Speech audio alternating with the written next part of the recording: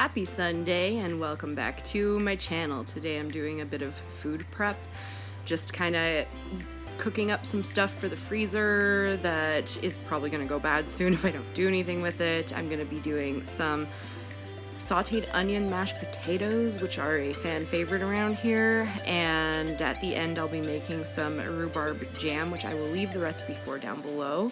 I'm not going to talk all the way through this one, but other than that, I'm just cutting up some cucumber for Rory for the next few days, and then I also chop up an onion to go in the freezer. Enjoy!